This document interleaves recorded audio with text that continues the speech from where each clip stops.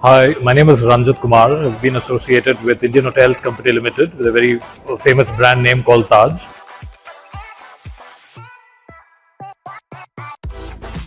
I should say it's been very exciting because it's very nostalgic also, because going back to the campus kind of an environment and learning with the classroom setup takes me back what it was 20 years back. Of course, this is a platform what I kind of use as a pulley. XLRI is a pulley, and it's going to leverage what I am using in this 20 years of work experience, about 17 years. This is going to help me better.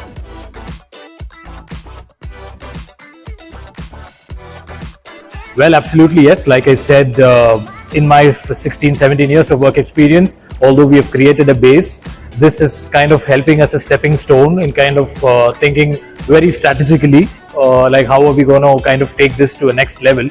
So strategic thinking is a key getaway from this program, and it is a definite thing for anybody to go for it.